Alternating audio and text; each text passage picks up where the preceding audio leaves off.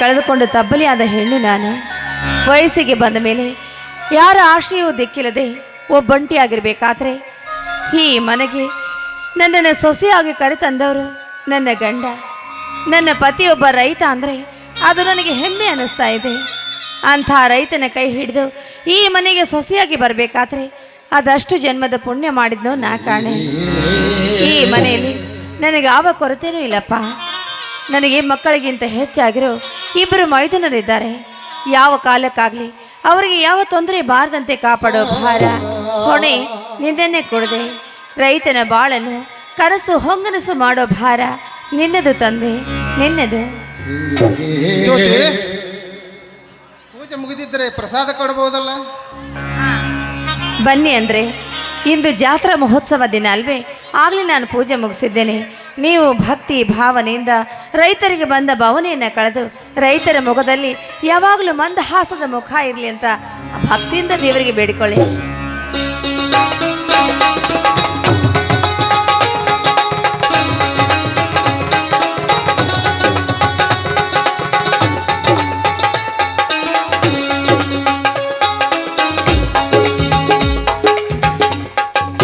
ತಂದೆ ಶ್ರೀ ಗಾಲವೇಶ್ವರ, ಈ ಮಣ್ಣನ್ನೇ ಚಿನ್ನವೆಂದು ನಂಬಿ ಬದುಕು ಕಟ್ಟಿಕೊಂಡಿರುವ ಈ ರೈತನಿಗೆ ಆ ವರುಣನ ಕೃಪೆಯಿಂದ ಶೃಂಗಾರವಾಗಿ ಶೋಭಿಸುತ್ತಿರುವ ಈ ನಿನ್ನ ಒಡಲಿಗೆ ಉಡಿ ತುಂಬಿದ್ದೇನೆ.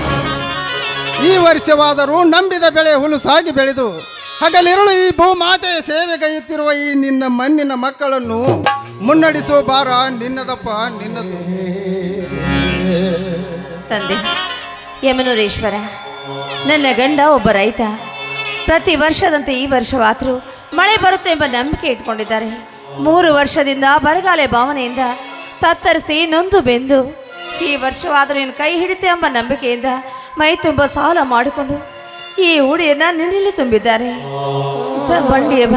ಜೋಡು ಬಂಡಿಯನ್ನು ಹೂಡಿ ಧೈರ್ಯ ಎಂಬ ಬೀಜವನ್ನು ನಿನ್ನ ಭೂಮಿಯಲ್ಲಿ ಬಿತ್ತಿ ಇವತ್ತೆಲ್ಲ ದಾಳಿ ಆದರೂ ಈ ರೈತನ ಕೈಗೆ ಚಿನ್ನವಾಗುವುದ ನಂಬಿಕೆ ಅವರಲ್ಲಿದೆ.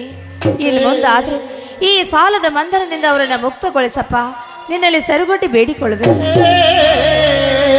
ಜ್ಯೋತಿ, ಸತತ 3 ವರ್ಷ ಬರಗಾಲ ಆವರಿಸಿದರು ಆತ್ಮಸ್ಥೈರ್ಯ ಕಳೆದುಕೊಳ್ಳದೆ, ಮಳೆ ಬಿಸಿಲು ಚಳಿಯನ್ನು ಲೆಕ್ಕಿಸದೆ ಈ ಮಣ್ಣನ್ನೇ ಚಿನ್ನವೆಂದು ನಂಬಿ ಬದುಕು ಕಟ್ಟಿಕೊಂಡಿರುವ ರೈತನ ಪಾಡು ಒಂದು ಹೊತ್ತಿನ ಊಟಕ್ಕೂ ಗತಿ ಇಲ್ಲದಂತಾಗಿದೆ. ಜ್ಯೋತಿ, ಈ ಕಲಿಯುಗದಲ್ಲಿ ಜ್ಯೋತಿ ಈ ಕಲಿಯುಗದಲ್ಲಿ ನಾನೊಬ್ಬನೇ ಆ ಸಾಲದ ಶೂಲಕ್ಕೆ ಕೊರಳು ಒಡ್ಡಿಲ್ಲ.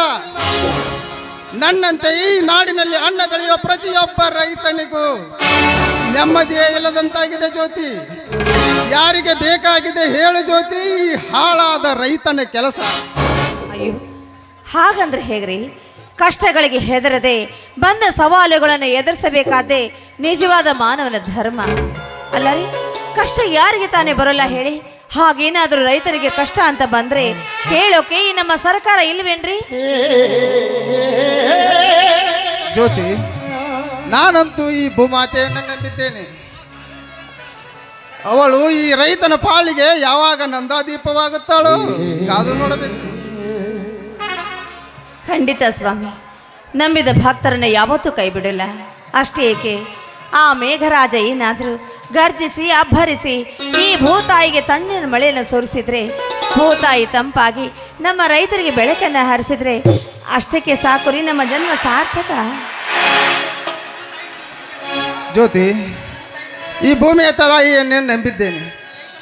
ಈ ರೈತನ ಬಾಳಿಗೆ ಯಾವಾಗ ನಂದಾದೀಪವಾಗುತ್ತಾಳೋ ಕಾದು ನೋಡಬೇಕು. ಬರುತ್ತೆ ರೀ, ಆ ಕಾಲ ಖಂಡಿತವಾಗಿಯೂ ಬರುತ್ತೆ. ಹಾಂ, ಅದಿರಲಿ ರೀ, ಈ ನನ್ನ ಮುದ್ದು ಮೈದನ ಪ್ರಶಾಂತ ಎಲ್ಲಿ ಕಾಣ್ತಾನೆ ಇಲ್ಲ. ಹೊಲಕ್ಕೆ ಹೋಗಿ ಬರ್ತೀನಿ ಅಂದನು, ಇಷ್ಟೊತ್ತಾದರೂ ಬಂದೇ ಇಲ್ಲ ನೋಡ್ರಿ. ಏನಾಗಿರ್ಬೋದು? ಜ್ಯೋತಿ, ಪದವಿ ಪಡೆದರೂ ನಿರುದ್ಯೋಗಿ ಅಲ್ಲ ನನ್ನ ತಮ್ಮ. ತನ್ನ ಮನಸ್ಸಿನಲ್ಲಿ ವ್ಯಥೆ ಪಡುವ ಭಾವನೆ ನಾನು ಅರಿತಿದ್ದೇನೆ. ಜ್ಯೋತಿ, ಕೋಟಿ ವಿದ್ಯೆಗಿಂತಲೂ ಮೇಟಿ ವಿದ್ಯೆ ಮೇಲು ಎಂಬಂತೆ ಇಂದು ಅಣ್ಣನ ಕೆಲಸದಲ್ಲಿ ಭಾಗಿಯಾಗಲು ಬಂದ ನನ್ನ ತಮ್ಮ ಹೊಲದಲ್ಲಿ ಕಬ್ಬಿಗೆ ನೀರಾಯಿಸ್ತಾ ಇದ್ದಾನೆ. ಅದು ಅಲ್ಲದೆ ಇವತ್ತು ಮಾರುತೇಶ್ವರ ಓಕಳಿ ಬೇರೆ, ಅದಕ್ಕೆ ಎತ್ತುಗಳನ್ನು ಮೈ ತೊಳೆದು ಕಟ್ಟಿಬಾ ಅಂತ ಹೇಳಿ ಬಂದಿದ್ದೇನೆ. ಇನ್ನೇನು ಸ್ವಲ್ಪ ಸಮಯದಲ್ಲಿ ಬಂದರೂ ಬರಬಹುದು. ಕೆಂಪುಗಲ್ಲದ ಈ ನಿನ್ನ ದುಂಡು ಮುಖವನ್ನು ನೋಡಿ ನನ್ನ ಮನಸ್ಸು ಏಕೋ ಚಂಚಲವಾಯಿತು. ನೀ ಹುಟ್ಟಿರುವ ಈ ಸೀರೆಯಲ್ಲಿ ಈ ಶೃಂಗಾರವನ್ನು ಕಂಡು ಆ ಶ್ರೀದೇವಿಯ ಧರೆಗಿಳಿದು ಬಂದ ಹಾಗೆ ಅನಿಸ್ತಾ ಇದೆ. ನಿನ್ನ ಈ ಸೌಂದರ್ಯಕ್ಕೆ ನನ್ನ ಕಣ್ಣೆ ತಾಕುವಂತಿದೆ. ಅಯ್ಯೋ ನನ್ನ ಪತಿ ದೇವರೇ, ಆಸೆ ನೋಡು ಆಸೆ. ನಿಮ್ಮ ಮಾತಿನಲ್ಲಿ ಗೊತ್ತಾಗ್ತಾ ಇದೆ ನಿಮ್ಮ ಭಾವನೆ ಏನು ಅಂತ.